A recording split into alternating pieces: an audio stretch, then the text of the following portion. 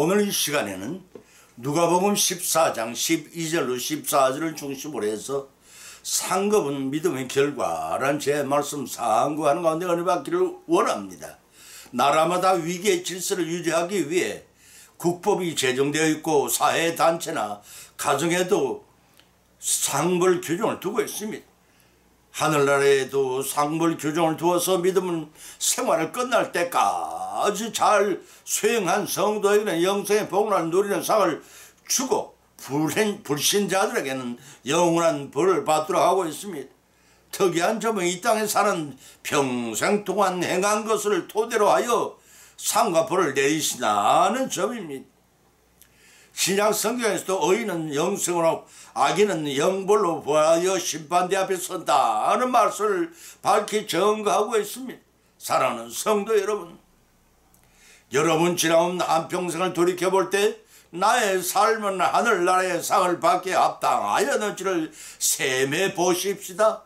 언젠가 그날 주님 앞에 섰을 때 대비해야 합니다. 나는 너를 위해 몸을 주었구만 너는 무엇을 하였느냐고 질문을 만일 하신다면 그때 부끄러워 고개를 푹 들고는 이 없도록 해야 할 것입니다. 오전에도 언급한 바와 같이 하늘나라는 상급을 받는 나라요. 그 상급에 따라 성도의 세마포 옷 색깔도 달라집니다. 옷 색깔이 다르다는 의미는 영존하는 곳도 다르다는 뜻입니다.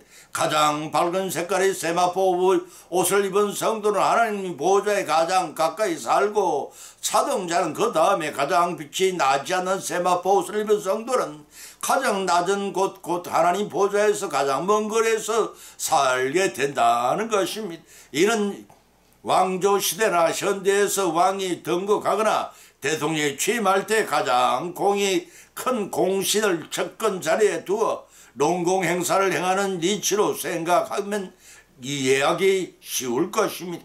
그러나 예수님의 인격을 담고 따르고 본받아 잘 익어지 않으면 안 됩니다. 잘 익어진다는 것은 예수님처럼 하나님 말씀에 순종하며 끝까지 인내로 성례하는 한 믿음의 결실을 의미합니다.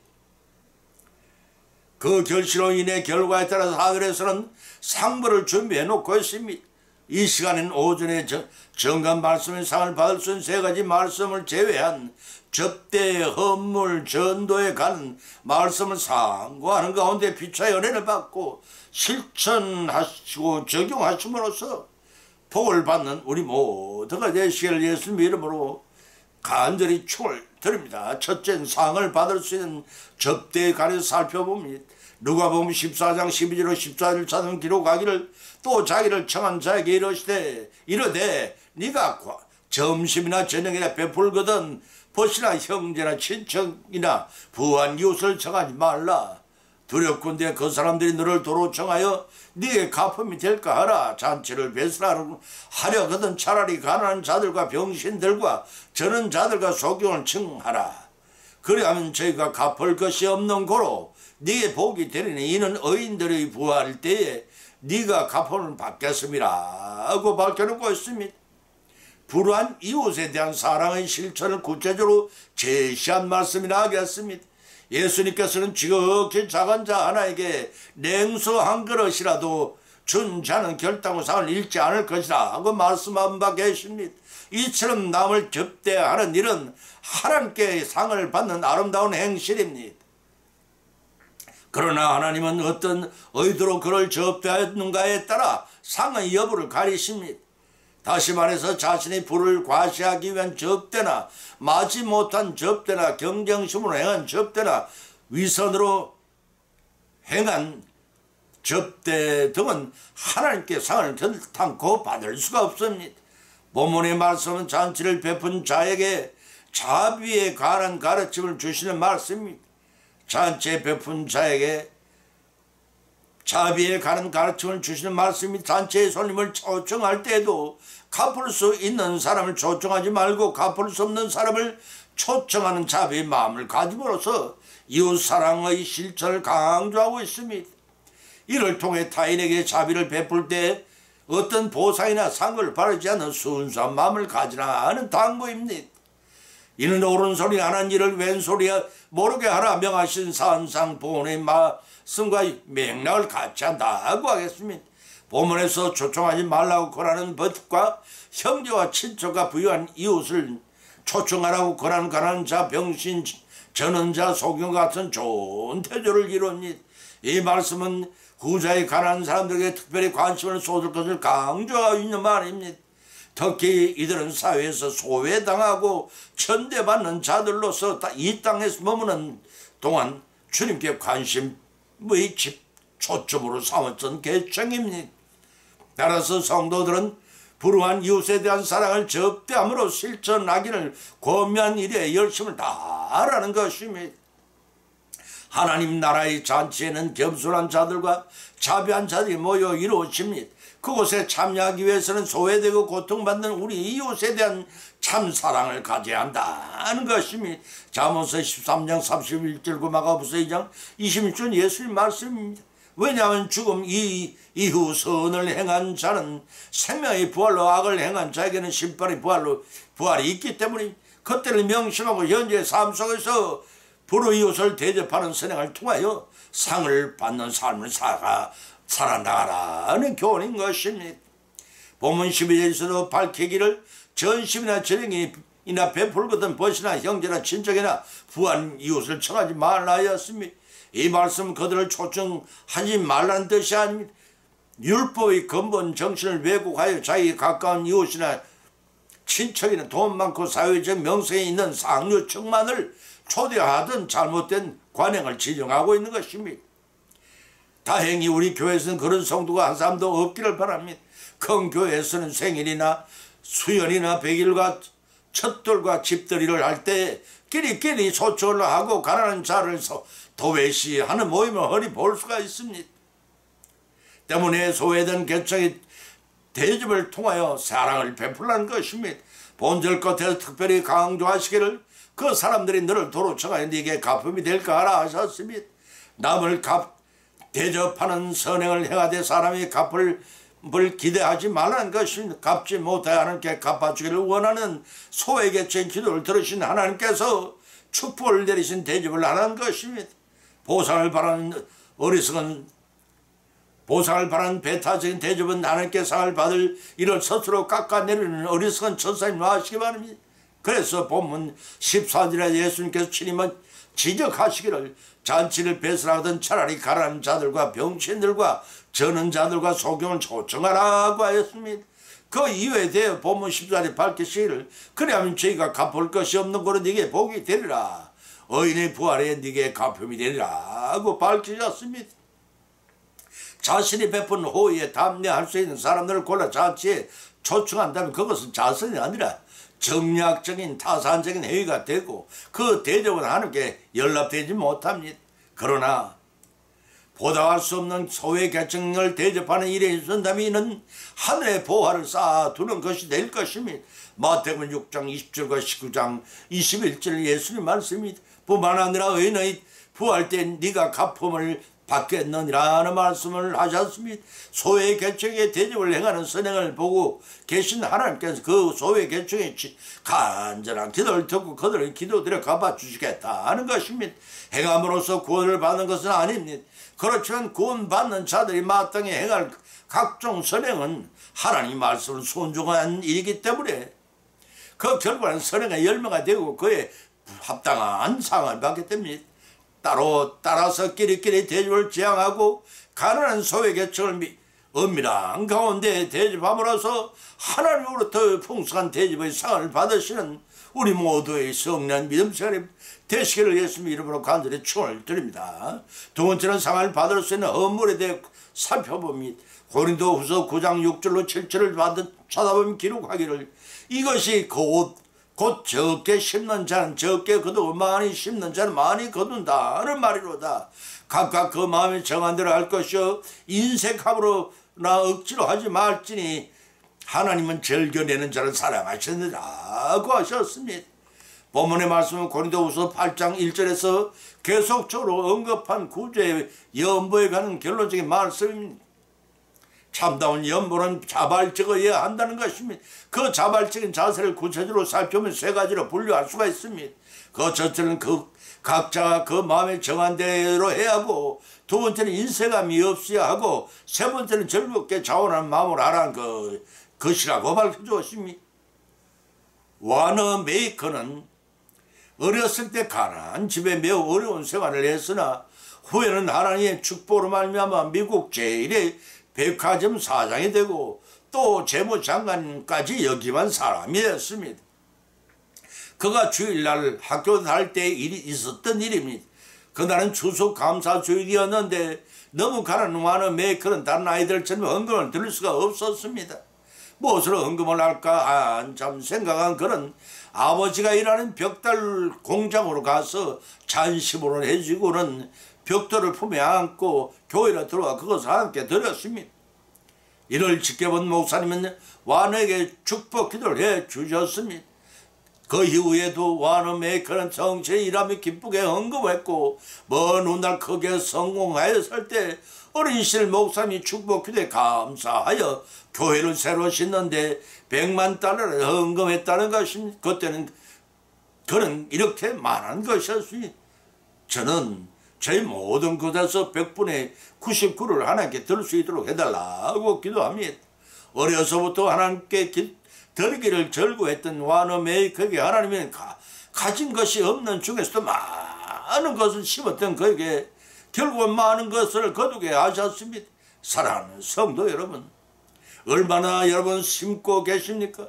하늘에 심때 인색함으로 억지로 하지 않고 기쁨을 심고 계시는지요? 세상 사람들의 관심은 어떻게 하면 적게 투자해서 많은 이윤을 남길 수 있을까에 궁극적인 목적을 두고 있습니다. 그런데 헌금과 헌물을 드리는 우리의 생각과 속에서도 그런 얄팍한 계산의 은연중에 들어있지 않은지, 헌금과 헌물에 대한 여러분의 생각과 자세는 어떻다고 여기시는지요? 잠언서 11장 24절에서는 흩어구제하여도 더욱 부하게 되는 일이 있나니 과도에 아껴도 가난하게 될 뿐이라. 구제를 좋아하는 자는 풍족하여질 것이요 남을 윤택하게 하는 자는 윤택하여지리라는 교훈의 말씀을 하고 있습니다. 누가복음 6장 33절에서는 주라 그리하면 너에게 줄 것이요 곧 후이 되어 누르고 흔들어 넘치도록 하여 너에게 안겨주리라. 너희의 헤아리는 그 헤아림으로 너희도 헤아림을 도로 받을 것이다 하고 밝히셨습니다. 성도들은 신앙생활을 시작하면서 구원을 주신 하나님께 정성으로 자신의 마음을 물질에 담아 감사를 올려드리는 생활을 해야 합니다. 헌물을 단순히 물질이 아닙니다. 성도들의 힘을 기울여 일한 것에 대한 생명과 같이 귀한 것을 드리는 행위입니다. 그렇기 때문에 정성스러운 헌물에 대해 하나님께서는 많은 축복의 약속을 준비하고 계십니다. 그러나 이러한 귀한 헌물이라도 하나님께 상을 받을 수 있는 헌물이 있고 그렇지 못한 헌물이 있습니다. 성령님의 감동하심에 따라 자원하여 드리는 헌물은 하나님께 상납이 되지만 인색함이나 억지로 마지못해 내는 헌물이란 사람들이 과시하게 위한 헌물이란 많은 축복이 쏟아질 것을 기대하는 보상신을 드리는 헌물은 하나님께 큰 상급을 받을 수가 없습니다. 역대상 29장 14절의 다윗은 나와 내 백성이 무엇이간데 이처럼 즐거운 마음으로 드릴 힘이 있었나이까. 모든 것이 주께로 말미암았사오니 우리가 주의 손에 받은 것으로 주께 드렸을 뿐이니다 라는 다윗과 같은 겸손한 감사가 있어야 합니다. 본문을 통해 사도 바울은 구제 연보의 세 가지 유익에 대해서 이렇게 말하고 있으니 그 첫째는 인색하지 않고 자발적인 마음으로 11조 헌금과 헌물을 기쁨으로 하나님께 드림으로써 하나님의 축복을 유발시켜 더 큰 봉사의 역금은 그에 합당한 보상까지 받게 하신다는 것입니다. 두 번째는 형제의 부족한 것을 보충함으로써 그들로 하여금 하나님 앞에 넘치는 감사를 지닐 수 있게 해주며 교회를 위하여 기도하게 되는 계기가 된다는 것입니다. 세 번째는 이방인과 성도 사이의 반목을 깨뜨리고 참된 화해를 이루어 그리스도의 공동체에 이루게 한다는 것입니다. 따라서 성도들의 각종 헌금과 헌물은 인색함이나 억지로 해서는 안 됩니다. 성도들의 자발적이며 즐거운 마음으로 바쳐야 복이 됩니다. 특별히 하나님의 축복과 보상이 성도의 헌금의 목적에 대해서는 아니 됩니다. 그것은 헌금과 헌물의 결과임을 명심하고 항상 기쁨과 진실함으로 드림으로써 우리 모두 하늘의 상급을 풍성히 받으시는 이 땅의 삶을 이루어가시기를 예수님의 이름으로 축원을 드립니다. 세 번째는 가장 큰 상을 받는 전도에 관했습니다.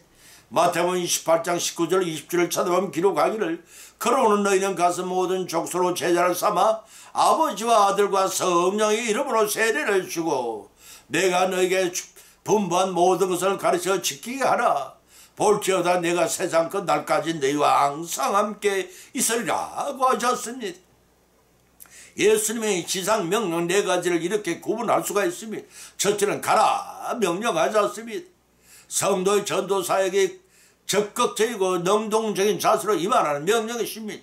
두 번째는 제자를 삼으라 명하셨습니다. 세상 사람들에게 복을 전해주고 가는 영혼을 구원하라는 명령이십니다. 세 번째는 세례를 주라 명하셨습니다. 예수님의 몸된 교회와 한 지체가 되어 신앙생활을 함께 하라는 명령이십니다. 네 번째는 가르치라 명하셨습니다. 말씀 배우고 지킴으로써 그리스도의 장성한 분량까지 성장시키라는 명령이십니다. 이 말씀에 예수님께서 성전하시기 직전에 제자들에게 주신 지상명령입니다. 이 명령은 부활하신 주님의 권세에 힘입어 세상 모든 족속을 제대로 삼아 세례를 베풀고 예수님의 삶과 가르침에 순종하여 살아가도록 가르치는 것입니다. 본문 18절은 예수님께서 나와 일러 가라사대 하늘과 땅의 모든 것을 주셨으니 라고 하였습니다. 아직도 주님의 부활을 의심한 제자들 앞으로 나와 신령체를 보이시며 성부 하나님께서는 하늘과 땅의 권세를 주셨다고 예수님께서는 하셨습니다. 이 말씀 제2위의 성령 하나님이신 예수님께서 십자가를 통해 인류 구속 사역을 성취하심으로써 이 땅에 성육신하시기 전에 지니고 계셨던 그 권세를 회복하신다는 것입니다. 다시 말해서 죽음을 이기시고 살아나신 예수님 나신 때 예수 그리스도께서는 성부 하나님으로부터 하늘과 땅의 권세를 받으신 것입니다. 그것은 대속물로 죽으시고 살아나신 것에 대한 정보자로서의 권세를 의미합니다. 때문에 아버지의 권세는 전적으로 아들을 통해서만 행사된다는 의미를 가지는 것입니다. 이것은 인류 구속사의 대전환점인 부활의 순간에 성부 하나님과 성자 하나님 사이에 이루어진 신비로운 결과입니다. 따라서 본질에서 받았느냐는 말씀은 없던 권세를 받았던 뜻이 아니라 중보자적 왕으로 새롭게 사신 주님 메시아 왕국의 통치권이 시작되었음을 의미하는 것입니다. 이런 다니엘서 7장 13절로 14절에 기록된 예언의 성취이답니다. 이 권세는 마귀의 모든 정사 모든 권세와 능력을 멸하시고 메시아 왕국을 성부 하나님께 바칠 때까지 지속될 것입니다. 고린도전서 15장 24절로 25절 말씀입니다. 이런 막강한 하늘과 땅의 권세를 가진 주님께서 본문 19절 20절에서 너희는 가서 모든 족속으로 제자를 삼아 아버지와 아들과 성령의 이름으로 세례를 주고 모든 것을 가르쳐 지키게 하라. 그 지상명을 내리셨습니다. 이 지상명령은 내렸을 뿐만 아니라 세상 끝날까지 너희와 함께 있으리라 하고 보증도 하셨습니다. 이는 세상 마지막 날까지 동행하시며 가호해 주시겠다는 말씀입니다. 다시 말해서 주님 모든 죄악이 멸망할 때까지 성도들을 보호하시며 위로하시며 인도하여 주신다는 보증의 말씀입니다. 이 언약은 오순절 성령 강림으로부터 2000년 교회사 속에서 흘러오고 있는 오늘날 우리들 속에도 실체로 지켜져 오고 있습니다. 이 지상명령은 지키는 데 목적이 있는 것이 아니라 수행하는 데 그 더 큰 목적이 있고 수행할 때 하나님부터 큰 상을 받습니다. 이런 상 중엔 천하보다 귀한 목숨을 구한 전도의 상이 어떠합니까?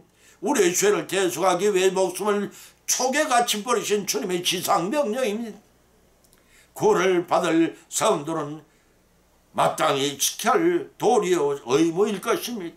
비록 바울처럼 멀리 나가 전도하지 못할지라도 가까운 이웃과 내 친척 중에서 불신자가 있거든 전도하심으로써 지상교회를 부흥시키는 일원이 되시고 하늘에선 가장 큰 하나님의 상을 받으시는 저와 여러분의 믿음이 승리하시기를 예수님의 이름으로 간절히 축원드립니다.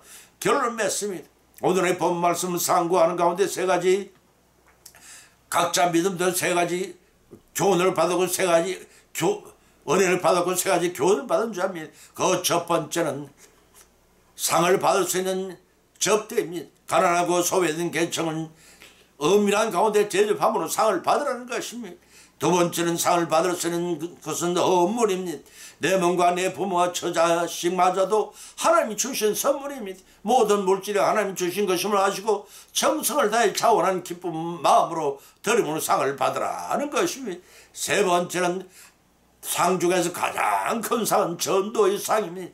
천하보다 더 귀한 목숨을 살리라는 복음 전도 사역을 잘 감당하여 가장 큰 상을 받으라는 것입니다. 이러한 교훈을 받은 것으로 걷지 말고 우리 실생활 가운데서 실천하고 적용함으로써 예비한 생명의 멸류관을 모두 받아 누리시는 저와 여러분의 믿음이 성령하는 여성에 대해 신뢰 예수의 이름으로 간절히 축원을 드립니다. 찬송가 539장을 올리겠습니다.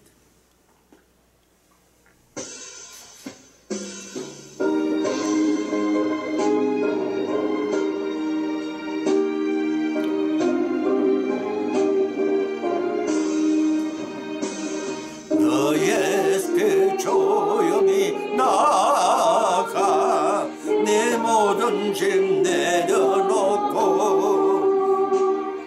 너 십자가 사랑을 믿어 죄사함을 너 받아라.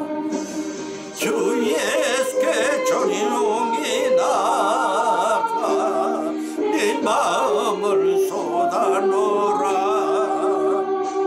너를 미리 보시는 주님 그 은혜를 베푸시리. 주님 예수님 은혜를 입어 내 슬픔이 없어지리. 내 이웃을 널 사랑하